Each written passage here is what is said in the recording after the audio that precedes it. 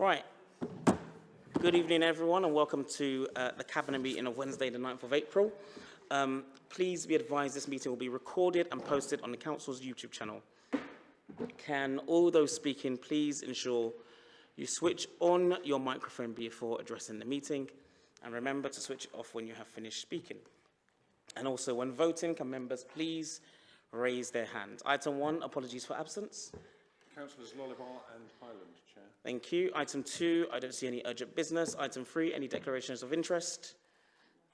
Item 4, is Cabinet happy to agree the minutes of the last meeting? Thank you very much.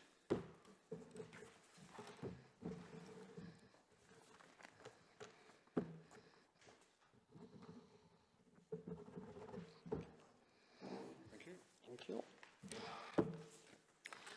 We'll now move on to item 5, to note the demand for places and agree the resource and the capital programme. This is for the school place planning and capital programme report. And I will hand over to Councillor Adele Kyra to open. Thank you.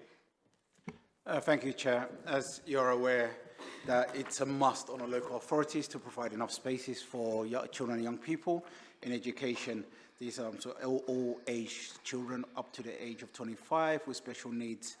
And this report outlines our strategy to manage the forecast demand coming forward and look at the protected properties as well that's coming forward across the borough and making sure that we've got enough spaces for all children and young people across the borough for schools. Over the years, Chair, we have been doing really well. The numbers have been going down and finding enough spaces. There is some difficulties in the south of the borough to have enough boy spaces for schools in the south of the borough.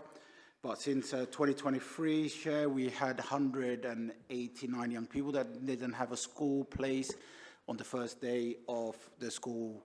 The dates that were dates or schools are offered for young people, and in 2024 that's gone down to 79, and in 2025 this year has gone down to 39. So things are getting better, but we still have difficulties across, like I mentioned, in the south of the borough, enough spaces for boys, but over the years things is going to level out, Chair. So happy to take any questions. Very much. Just one question from me, and happy for other cabinet members to indicate. It will probably also go to the officer for this question. Under this report, do we know how many dedicated, designated specialist provisions we will be seeking to open via the report, or just add to the existing number of dedicated supervision? Obviously, it's welcome the news that this is good support that will go to support children, young people who have special education needs. So just wanted to clarify how many, through the expansion of our dedicated support provision, what number that will be. Thank you. Thank you, Chair. So we are going to add another 5 on top of what we had already, which was 15. So in total to be 20. Also to add that we have just broke ground not long ago, myself and Majid and us, for the new campus school, all through school special needs, which is a great asset to the borough.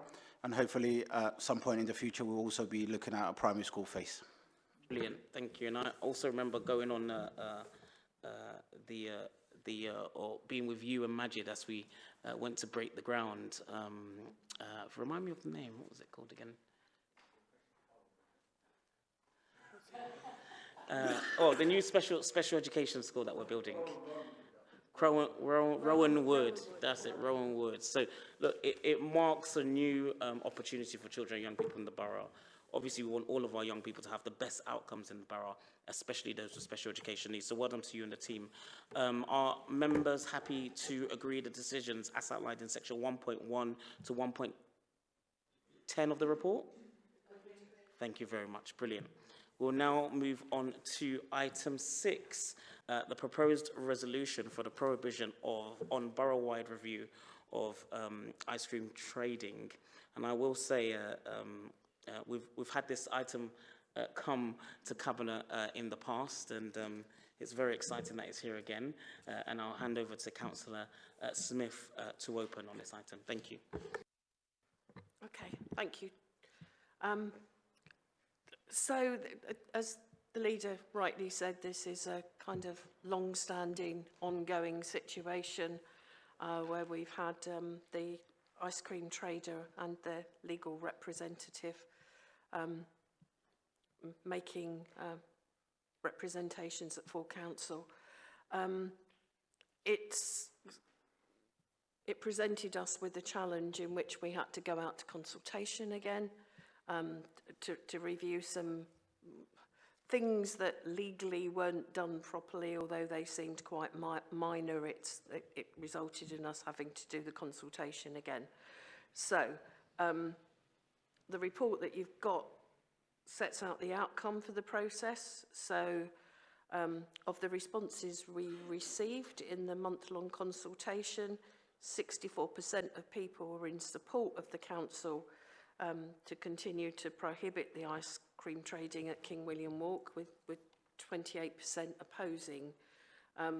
The only ground on which the council can prevent the itinerant ice cream trading on any of its streets is the interest of preventing obstruction to traffic or undue interference or inconvenience to persons using the street.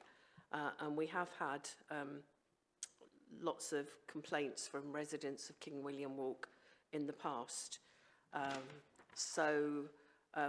Should we agree this tonight at Cabinet, it will have to go to full council, and it's likely that it will be challenged legally at the Magistrates' Court afterwards, and the council would need to robustly defend the position. And it's also possible that there'll be significant media interest, although frankly why, I don't know. And we're also mindful of the fact that even if the decision is made, there will still be ice cream traders who flout it, and it will need to be robustly enforced. So having said all of that, I would ask you to agree to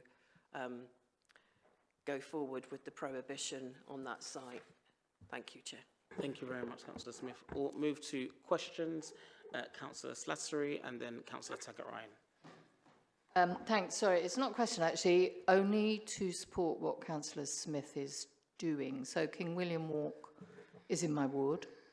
I think it's important to say that the council is not anti-ice cream. There are ice cream vendors within a reasonable spit of where this ice cream van regularly parks up.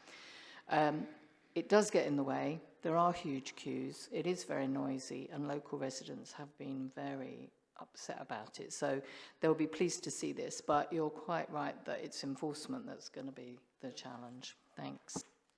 Councillor Taggart-Ryan.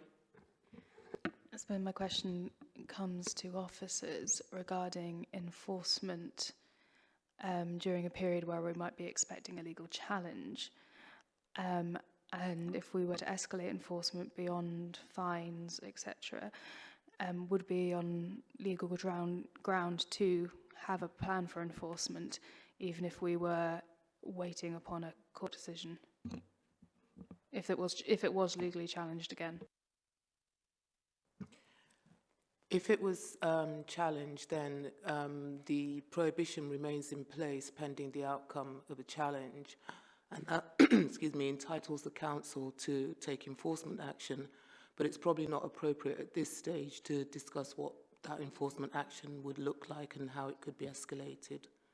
Thank you very much. Any comments or other questions? I don't see any, so I guess we can send a message back to Vanessa Feltz when she stood on TV and said, come on, Greenwich, don't be boring.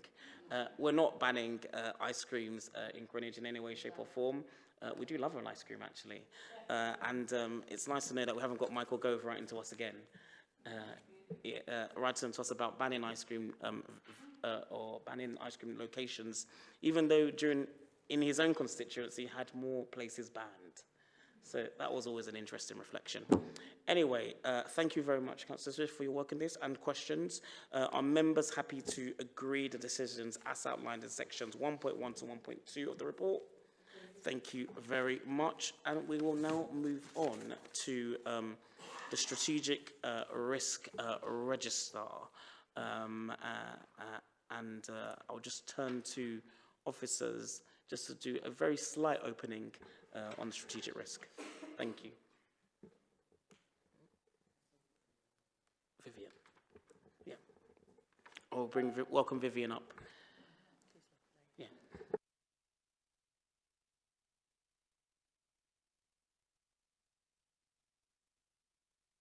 And Vivian, can you just introduce yourself and just state whether this is your first time speaking at Cabinet? Thank you. Thank you. My name is Vivian. I am the Council's Head of Financial Governance, Insurance and Risk, and this is my first time at Cabinet. Well, welcome, and it's good to have you here speaking to us about our strategic risk register, and I'll just give you an opportunity to open the report for us here at Cabinet. Thank you.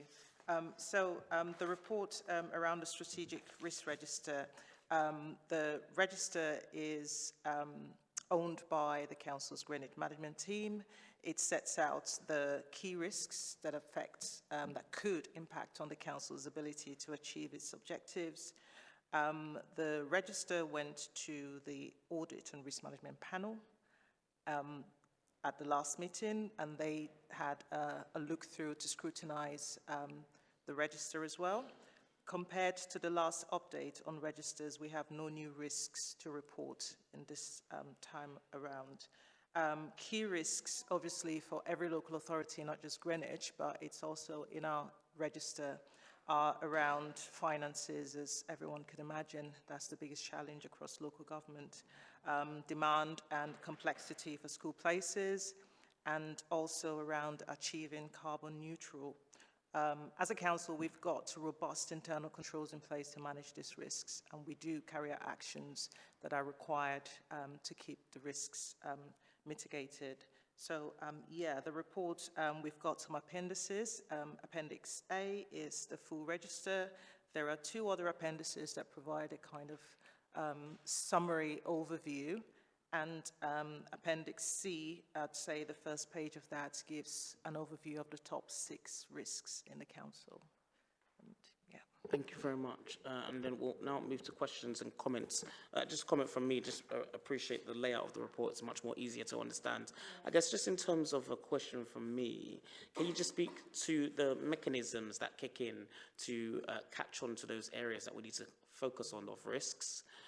Within the cross-working of different departments, how do we make sure we alleviate that risk, and what kind of cross-working mechanisms you have in place to make sure those risks are caught and well understood by the different teams working across the borough?